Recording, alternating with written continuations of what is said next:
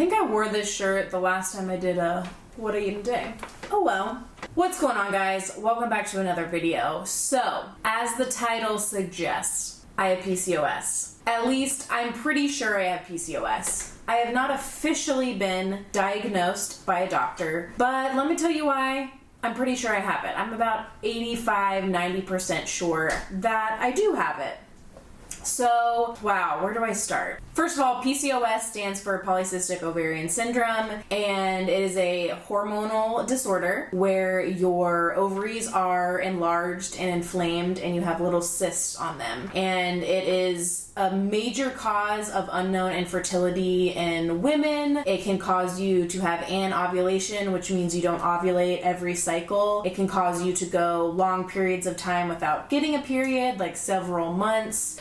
You can have cysts on your ovaries, but I've also heard doctors say that you don't have to physically have cysts on your ovaries to be diagnosed with polycystic ovarian syndrome. And there's other different symptoms like abnormal hair growth, like tons of like chin hairs and stuff, which I do have a lot of, hormonal acne, which I've struggled with on and off. Some women struggle with like male pattern baldness, which I have no problem with that. I have so much thick, ridiculous hair. And it basically means that your testosterone levels are slightly higher and your estrogen levels are slightly lower. And it's usually also characterized by having a lot of inflammation in the body. So this can come from a lot of different factors. The inflammation, it can come from environmental factors, the water that you drink, the skincare that you use, the lotion that you use, the foods that you eat. It could mean that you're eating a ton of GMO produce or a lot of produce that's sprayed with a lot of pesticides that will throw off your hormones. There are a lot of environmental factors. And then also you could be eating foods that you're sensitive to and you don't know it. So, yeah, it's just a lot. And also,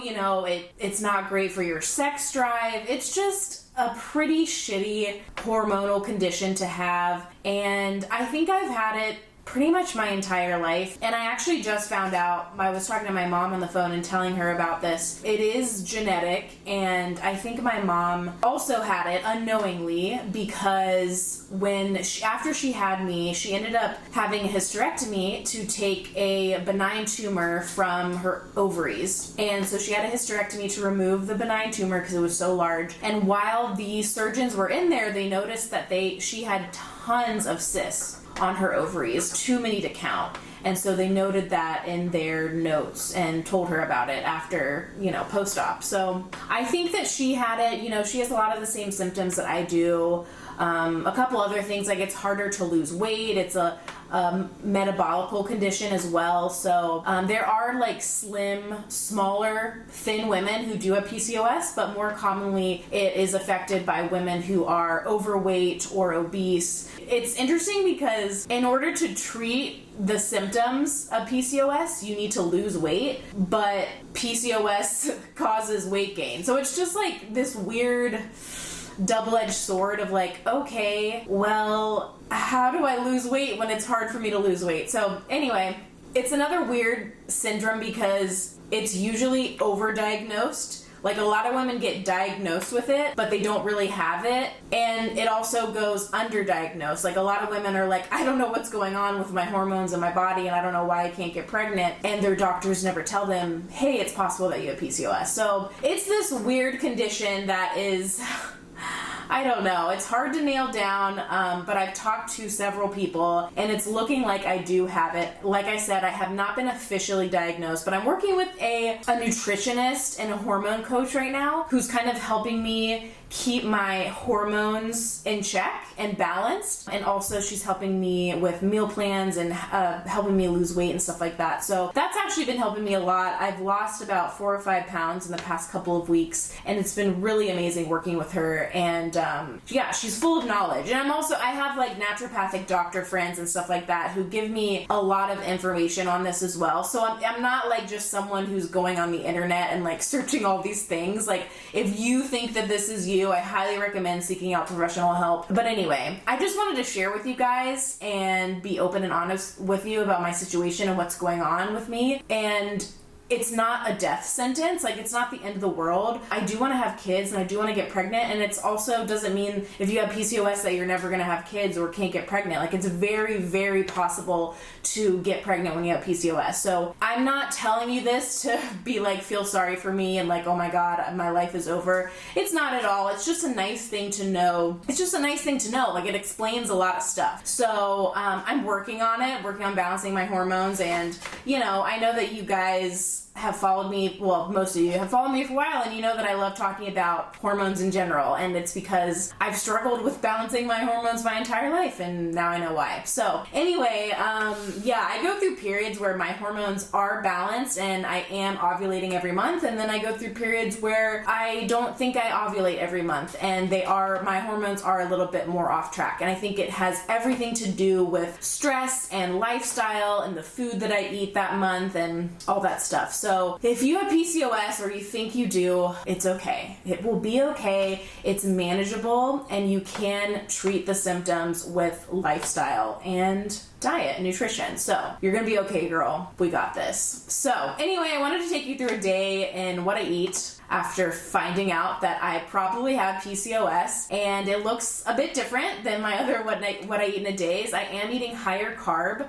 The person that I'm working with to help me balance everything out has me on a specific diet, and it's basically like half my plate is divided in two. One half is starch, so like potatoes, lentils, beans, legumes, squash, stuff like that, root vegetables, and then the other half is just non-starchy vegetables, so broccoli, cabbage, peppers, zucchini, stuff like that, and then a serving of fat. And I sweeten everything with fruit, and I have fruit for a snack and dessert, and everything else, no processed sugar, nothing like that, and it's all plant-based and vegan, and I'm actually feeling really great on it.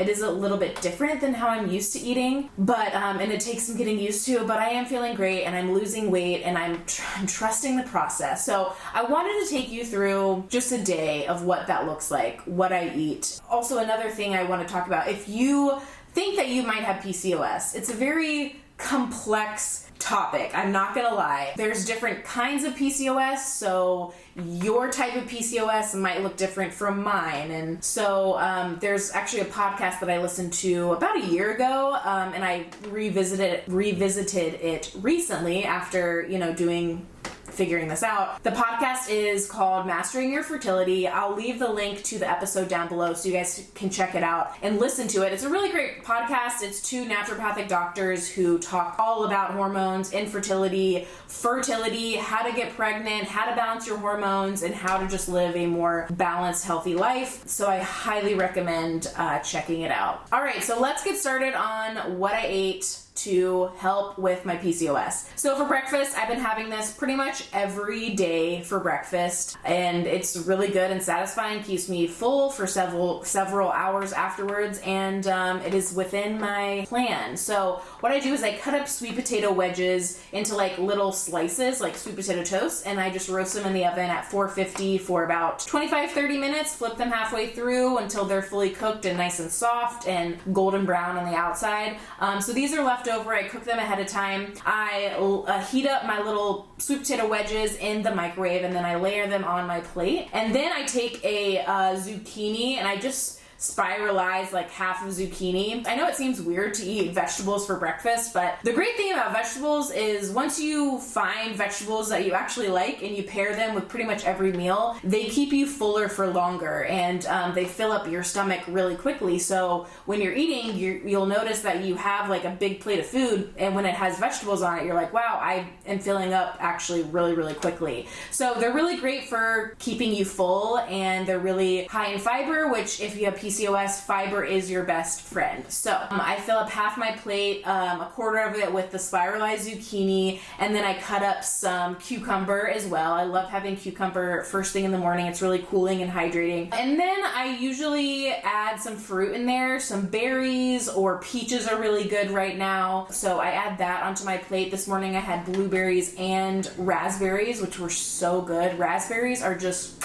amazing right now. Along with that, I finish it off with some avocado. So I scoop out about half or a quarter of a large avocado. I add it to a bowl and then I mash it up, and then I add in some salt and fresh lemon juice, and I mix that around and then add it to the plate. And I just use the avocado as kind of like a little dipping sauce for the sweet potatoes. And this meal, it's crazy because like I'll eat half of it and I'll be so full because there is so much fiber in it and vitamins and minerals that your body just loves and thrives off of. But I kind of like force myself to keep eating it because I know if I don't, I'll be hungry like an hour, 2 hours later. So when I finish the entire plate, I am pretty full. I'm so satisfied. I don't have any like weird energy crashes, which is also super important when you have PCOS. You really want to manage your blood sugar levels and your insulin levels, and the whole starchy carbs really help with that. And then also balancing out with a good healthy fat, and then staying away from the processed sugar. Like I'm not eating any maple syrup. I'm actually staying away from dried fruit too. I'm not having like dates or anything like that because they're very calorically dense and it's just not really the best for me right now, and they're really, really high in sugar.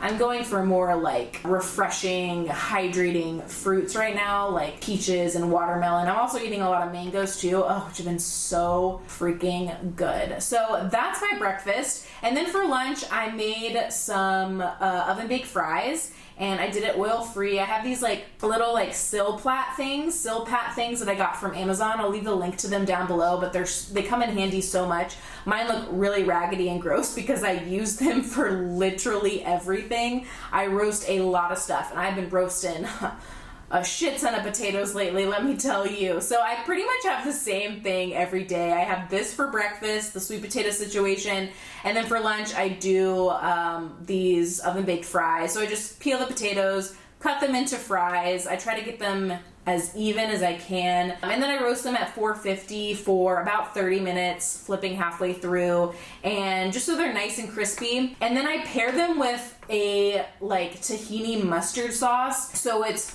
1 tablespoon of tahini, 2 tablespoons of yellow mustard, and 3 tablespoons of water, and then I add in some smoked paprika and pepper, and that's my dipping sauce. And then I always pair it with some sort of veggie. I usually go for broccoli, and so I just steam it. I like to quickly steam it in a saute pan that I have a lid for. So I'll add the cut and wash broccoli to the saute pan. I'll add a little bit of filtered water, cover it, and let it sit for a couple minutes, and the broccoli will get nice and tender and delicious. It won't get too overcooked. It's really, really nice. So yeah, and that's what I have for lunch. That is also really filling, and the woman that I'm working with who's helping me with all of my symptoms and nutrition and stuff with nutrition, she doesn't, like, I don't have to count calories or anything like that. She really wants me to listen to my hunger cues and just make sure I eat enough. So that's really, really refreshing because, you know, I've talked about it before, but I've had a pretty not so great past with emotional eating and disordered eating. So counting calories has never worked out for me.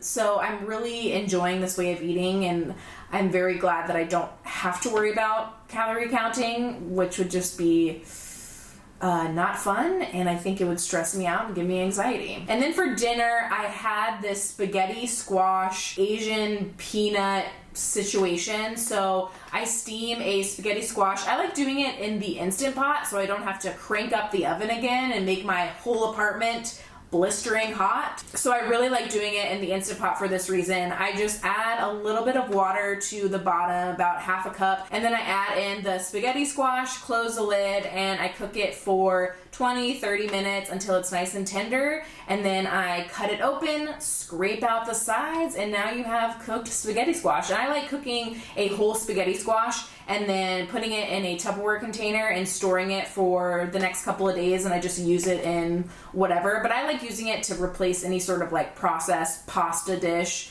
Even like rice noodles, like if you want to cut down on your rice intake, that's really great for that. I love using it in Asian dishes like this. And then the peanut sauce, I just use a tablespoon of creamy peanut butter. I add in some coconut aminos, a splash of Bragg's liquid aminos, and then I add in some minced garlic, and I mix that together. And then I steam and saute whatever veggies I have on hand. So you can use zucchini, broccoli, peppers, edamame, literally anything that you have sitting around, and this will work with pretty much. But to get my veggie quota in for the day, I added some more zucchini and I just sauteed it. And then once the zucchini was cooked, I added in my spaghetti squash, and then I add some coconut aminos to the pan, and then I finish it off with the peanut sauce, stir it all together, plate it up. I also really like adding sesame seeds on here and sriracha, and it's just a big old plate of fiber, and it's really, really good actually. Eating this way has been nice because it's very simplified. I don't think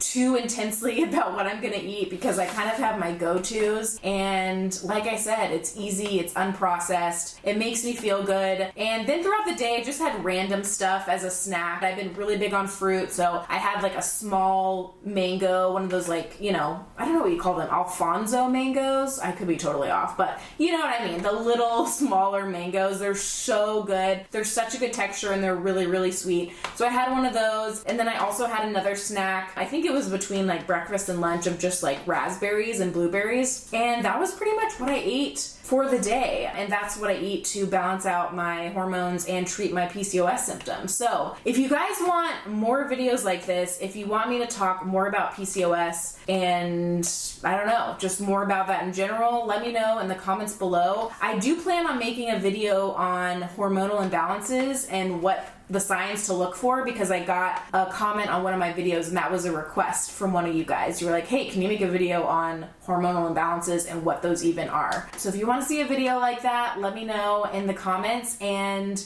I hope you guys enjoyed this video. I know it's a different format than my other What I Eat in a Day videos, but I just wanted to keep this straightforward and to the point. And yeah, I hope you guys have an amazing week. Take care of yourself, eat good food, and I will see you in the next one. Diet Coke ain't good for the soul. Give me that orange soda. Give me a grape like you see in the movies. Bubble to the top like a smoothie, you'll see. I'll do you like a 9 to 5. Wake up,